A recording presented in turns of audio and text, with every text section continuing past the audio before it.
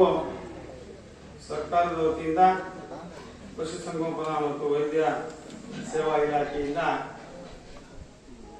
ಈ ಸೀಗೆಬಾಗಿ ಮತ್ತು ಸುತ್ತಮುತ್ತಲಿನ ಲಕ್ಷ್ಮೀಪುರ, ನಂದಿಹಳ್ಳಿ ಹಾಗೂ ತೊರೆಸೂರಿನಲ್ಲಿ ಈ 4 ಹಾಲು ಉತ್ಪಾದಕರ ಸಹಕಾರ ಸಂಘಗಳ ಆಶ್ರಯದಲ್ಲಿ ಇವತ್ತು ಏನು ಇಲ್ಲಿವರೆಗೆ ನಿಮ್ಮ ಊರಿನಲ್ಲಿ, ಅಕ್ಕಪಕ್ಕದ ಊರಿನಲ್ಲಿ ಏನು ಹಸುಗಳನ್ನ ಹಾಲನ್ನು ಕರೆಯುವಂಥದ್ದು, ಕರುಗಳನ್ನ ಹೆಚ್ಚು ಒಳ್ಳೆಯ ಉತ್ತಮವಾದಂಥ ಕರುಗಳನ್ನು ಸಾಗಾಣಿಕೆ ಮಾಡಿರ್ತಕ್ಕಂಥದ್ದು, ಹಾಗೆಯೇ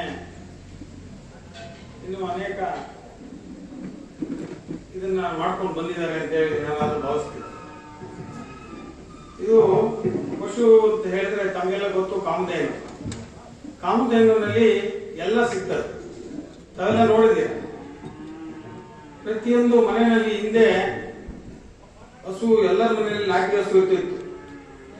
ಆ ನಾಟಿ ಹಸುವಿಗೆ ಪೂಜೆ ಮಾಡಿ ಬೆಳಿಗ್ಗೆ ಎದ್ದು ತಾಯಂದಿರು ಬಾಗಿಲು ಸಾರಿಸಿದ ತಕ್ಷಣ ಹಸುವನ್ನ ಕುಂಕುಮ ಇಟ್ಟು ಪೂಜೆ ಮಾಡಿ ನಾವು ದಿನನಿತ್ಯದ ಕೆಲಸಗಳನ್ನು ನಾವು ಮಾಡ್ತಾ ಇದ್ವಿ. ಆ ಪದ್ಧತಿ ಈಗ ನಾಟಿ ಹಸುಗಳ ಒಂದು ವಂಶ ಬಹಳ ಕಡಿಮೆ ಆಗ್ತದೆ.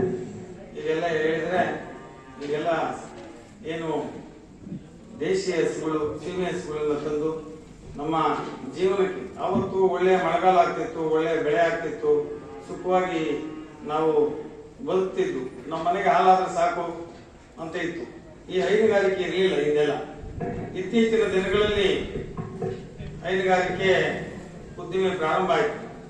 ಈ ಹೈನುಗಾರಿಕೆ ಉದ್ದಿಮೆ ಇದು ರೈತರಿಗೆ ಒಂದು ವರದಾನ. ಯಾಕೆಂತ ಹೇಳಿದ್ರೆ ಇತ್ತೀಚಿನ ದಿನಗಳಲ್ಲಿ ಬಹಳಷ್ಟು ನಾವು ಬೆಳೀತಕ್ಕಂಥ ತೆಂಗು, ಅಡಕೆ ಇತ್ಯಾದಿ ಬೆಳೆಗಳಿಗೆ ರೋಗ ಬಂದು ಮಳೆಯಿಂದಲೇ ಬರಗಾಲ, ಸಾವಿರಾರು ಅಡಿ ಬೋರ್ವೆಲ್ಗಳನ್ನು ಹಾಕೊಂಡು ಜೀವನ ಮಾಡುವಂತ ಪರಿಸ್ಥಿತಿಯಲ್ಲಿ ನಾವು ಬಹಳ ಬರಡಾಗಿದ್ದೀವಿ. ಎಷ್ಟೇ ಬೋರ್ವೆಲ್ಗಳನ್ನು ಕೊಡಲು ನೀರು ಬರ್ತಿರ್ಲಿಲ್ಲ ಅಂತ ಪರಿಸ್ಥಿತಿ ನಿರ್ಮಾಣ ಆಗಿದೆ. ಇವತ್ತು ಈ ಹೈನುಗಾರಿಕೆ ಇದ್ದಿದ್ರೆ ಎಷ್ಟೋ ಕುಟುಂಬಗಳು ಇವತ್ತು ವಲಸೆ ಹೋಗಿ ಇವತ್ತು ಹೋಗಿದೆ. ಈಗಾಗಲೇ ಗಾರ್ಮೆಂಟ್ಸ್ಗಳಿಗೆ ಬಹಳಷ್ಟು ಕುಟುಂಬಗಳು ಬೆಂಗಳೂರನ್ನು ಸೇರಿದೆ. ಇನ್ನು ಅದೇ ರೀತಿ ಇನ್ನು ಹೆಚ್ಚು ನಮ್ಮ ರೈತಾಪಿ ಕುಟುಂಬಗಳು ಹೋಗ್ಬೇಕಾಗಿತ್ತು. ಇವತ್ತು ಒಂದು ಹಸು ಇದ್ರೆ ಒಂದು ಮನೆಯ ಸಂಸಾರವನ್ನ ನಿವಾರಣೆ ಮಾಡುವಂತ ಒಂದು ಕೆಲಸ ಆಗ್ತದೆ. ನಮಗೆ ಇವತ್ತು ತಾವು ನೋಡಿದಿರ, ತೋಟಗಳೆಲ್ಲ ಕೈ ಬಿಟ್ಟಿದೆ. ತಾವು ಹಸುಗಳನ್ನ 1-2 ಹಸುಗಳನ್ನ ಕಟ್ಕೊಂಡು ಜೀವನ ಮಾಡಿ ಮಕ್ಕಳನ್ನ ಓದಿಸಿ ಇಡೀ ಸಂಸಾರವನ್ನ ತೂಗುವಂತ ಕೆಲಸ ಈ ಒಂದು ನಮ್ಮ ಹಸುಗಳಿಂದ ಆಗ್ತಾ ಇದೆ.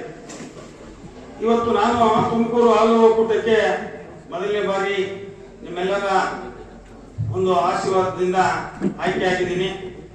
ಇದೇ ನನ್ನ ಮೊದಲನೇ ಪ್ರಥಮ ಸಭೆ ಈ ಕ್ಷೇತ್ರನಾಥನ ಸನ್ನಿಧಾನದಲ್ಲಿ ನಡೀತಾ ಇದೆ.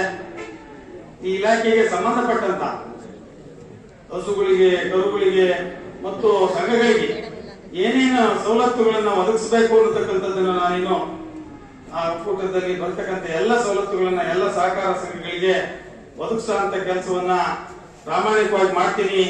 ಈ ರೈತಾಪಿ ಬಂಧುಗಳ ಜೊತೆಯಲ್ಲಿ ನಾನು ಯಾವಾಗಲೂ ಒಡನಾಟದಲ್ಲಿ ಇರ್ತೀನಿ ಇರ್ತಕ್ಕಂಥ ಮಾತನ್ನ ಈ ಸಂದರ್ಭದಲ್ಲಿ ಹೇಳ್ತಾ ಇನ್ನು ಬಹಳಷ್ಟು ಜನ ಮಾತಾಡಿದ